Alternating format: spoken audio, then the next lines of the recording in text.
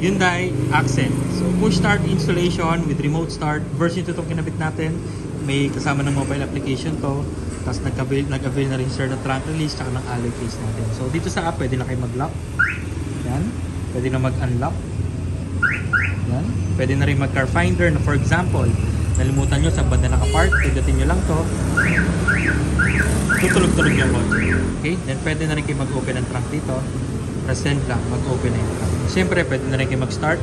Press nyo lang yan, tapos start up. Yan. Okay?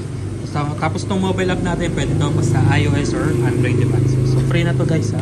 Kasi ilaw na yung kotse dyan, yung headlight at brake light, tapos may umiikot, indicating na naka-start na yung makina nyo.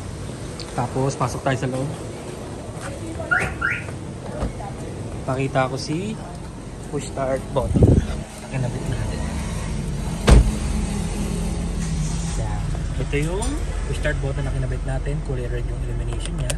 Pag aksidente na pindot, hindi po mamamatay yung kotse. Pneumatic transmission, park luggage, tsaka handbrake. Kapag naka-drive or naka-reverse, hindi nyo siya mapapag-start. Okay?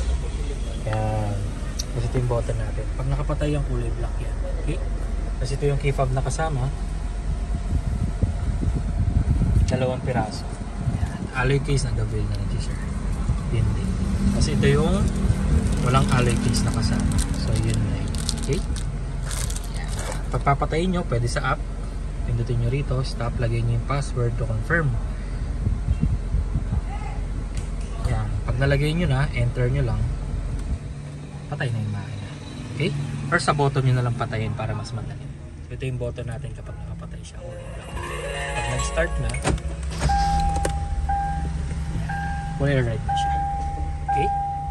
Pag gusto nyo patayin ulit, pwede sa app or dito na lang. Kapag brake, isang pindot, patay na yan. Okay? So, yun lang naman guys. 2 years warranty to. Guaranteed clean wirings, quality insulation, and then free back to zero fumigation pa after the insulation. So, maraming salamat. Bye!